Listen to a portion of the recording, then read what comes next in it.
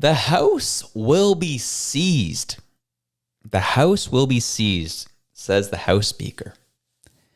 Government business is on pause until documents make it back to the RCMP about this SDTC slush fund.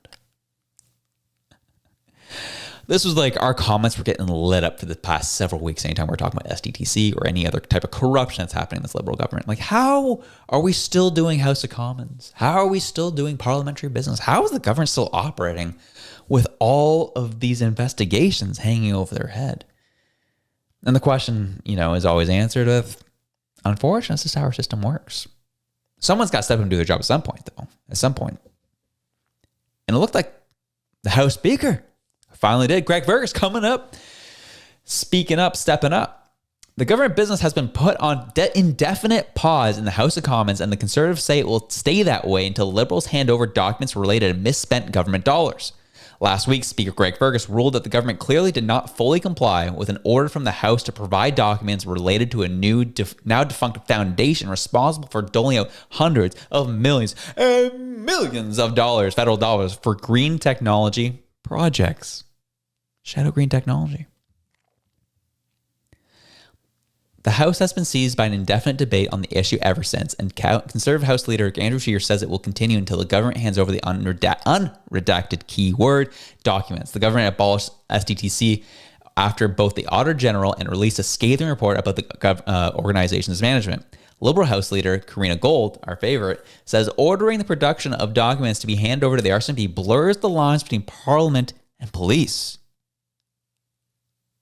In other words, she said, are you weaponizing our RCMP against your liberal or against your political opponents? That's what she's saying, in other words. And no, we are weaponizing the RCMP against criminals. Yeah, that's what we're doing here. The Liberals have had to postpone a vote on government tax reform twice while the debate drags on in the House. And quite frankly, I'm okay with it. I want this business of Parliament to be on pause for as long as possible. Let's drag this out. Get us into an election so they can't pass any more crazy bills that they keep trying to table. I'm here for it. Well, it's just, the government is, at this point, this government is the most effective when nothing is getting done. Speaking as a conservative at this point, when this government is doing nothing, that's when they're most effective, I find. So let's keep this going. Obviously, there's a bunch of other stuff happening behind the scenes. There's other things, other business that can transpire. It's kind of, in some ways, there's a little bit of this that's a bit of theater. But still, it's a bit of a bump in the road for the Liberals. And we'll take the win as it comes. If we're not going to get an election before next October, then let's just hold business hostage until you give over the documents. Who will break first? Will Trudeau give over the documents, or are we going to get to an election first? We got all day. I'll be just here sipping my tea. See what happens, though. It'll be very interesting. It blurs the lines between police and Parliament. Karina Gold, man. She is something else. Michelle Rempel-Garner bring up more corruption in the House of Commons today. Bring up Mark Carney's conflict of interest. Obviously, we've been hearing murmurs about this, of like Mark Carney, who's a Liberal, who is a chair of a business, who has been actively trying to get government contracts, which is a government that Carney is having a role in to a degree. And we wanted to call it the conflict of interest that's happening there. And Michelle Rempel steps up in the House today to talk about it. Liberals announced that Mark Carney, the chair of Brookfield, a trillion-dollar corporation whose interests span the entire federal government, would be setting Canada's economic policy.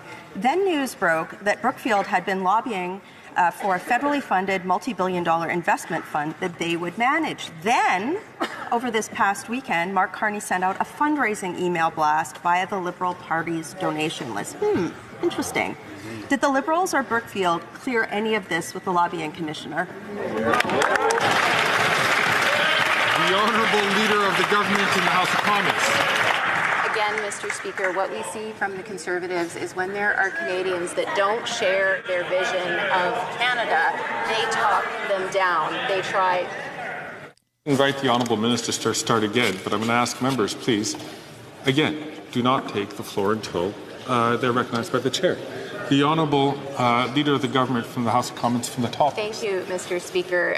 It's okay. I understand this response makes them uncomfortable because they know it's true, Mr. Speaker. Right. But when it comes to Canadians who don't share their vision of Canada, what do Conservative members of Parliament do? They talk them down. They try to bring them down. They don't like having people push against their agenda. They don't like it when they're asked tough questions, or when smart, intelligent people don't share their vision of Canada, they try to take them down instead of having that debate. Thank you. That's right. Good answer. The Honourable Member from Calgary Nose Hill. Grifols, a big pharma company, recently gained approval from Canadian Blood Services, which is regulated by the Liberal government, to acquire Canadian plasma resources, a critical source of blood products for Canadians. But this summer, reports said that under this contract, Canadian blood plasma products could be sold abroad for profit by Grifols, something that could jeopardize supply in Canada. Guess which company has been in takeover talks with Grifols this whole time? Brookfield. Is that why the Liberals didn't clear Carney with the lobbying commissioner? Oh, yeah. Hit him hard, hit him often. And this is like, again, typical political volleying back and forth, right? Michelle Rempel-Garner comes up with a legitimate situation. What is going on with Mark Carney and the fact that he chairs a company that is trying to actively do business with the Liberal government?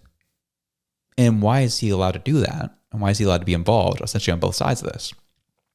And Karina Gold stands up and makes it about how, the Conservatives just always talk down Canada. When people don't agree with them, they just talk them down.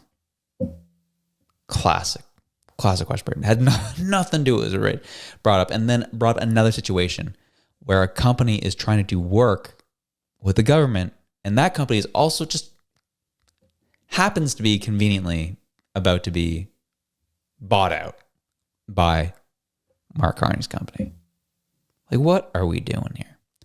Well, that is the level of corruption we're seeing, and why Parliament business was shut down, because of it's getting it's getting so it's been obviously it's been happening a long time, but it's getting to a stupid level of crazy. Of like, okay, we can't keep allowing this to be ignored. Like, man, all this stuff is just making the weed cherry to look like nothing.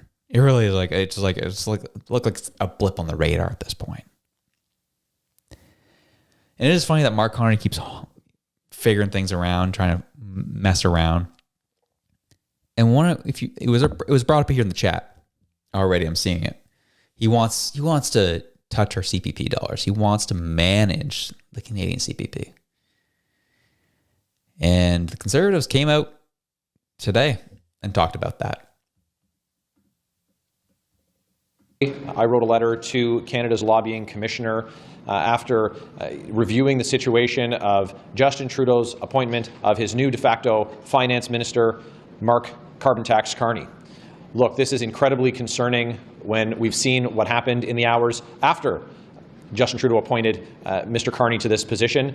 We saw that Mr. Carney's self-described good friend, the head of Telesat, received a $2+ billion loan. We've seen the announcement of discussions that Brookfield, Mark Carney's, the company that he's the chair of, now being able to enter into discussions with the federal government for a $50 billion pension scheme, so giving them access to more than 10 billion Canadian pension dollars. And we know that changes to mortgage rules with Brookfield owning Canada's largest private mortgage insurer is going to benefit that company, and that's reflected, of course, in the 6-month stock price high that was seen following that announcement. Now, we've asked the Liberals these questions. We've asked if this has been reviewed by the lobbying commissioner, and at the ethics committee, we've asked for Mr. Carney to appear at committee. and will be taking up that matter again today because the Liberals would not let it pass during previous discussions. And so perhaps today they will allow for some transparency to happen and for Mr. Carney to be called to testify at the Standing Committee on Access to Information, Privacy and Ethics. But for now, we're going to look to an independent officer of Parliament, Canada's Commissioner of Lobbying, to review these allegations and other that are outlined in my letter.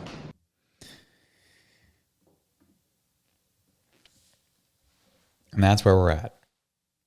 The Conservative Party lobbying the lobbying commissioner. Please look into this. Does this impact any lobbying rules? Does this violate any lobbying rules that we have currently? They currently are looking to Mark Carney's company, looking to oversee 10 billion Canadian dollars under management.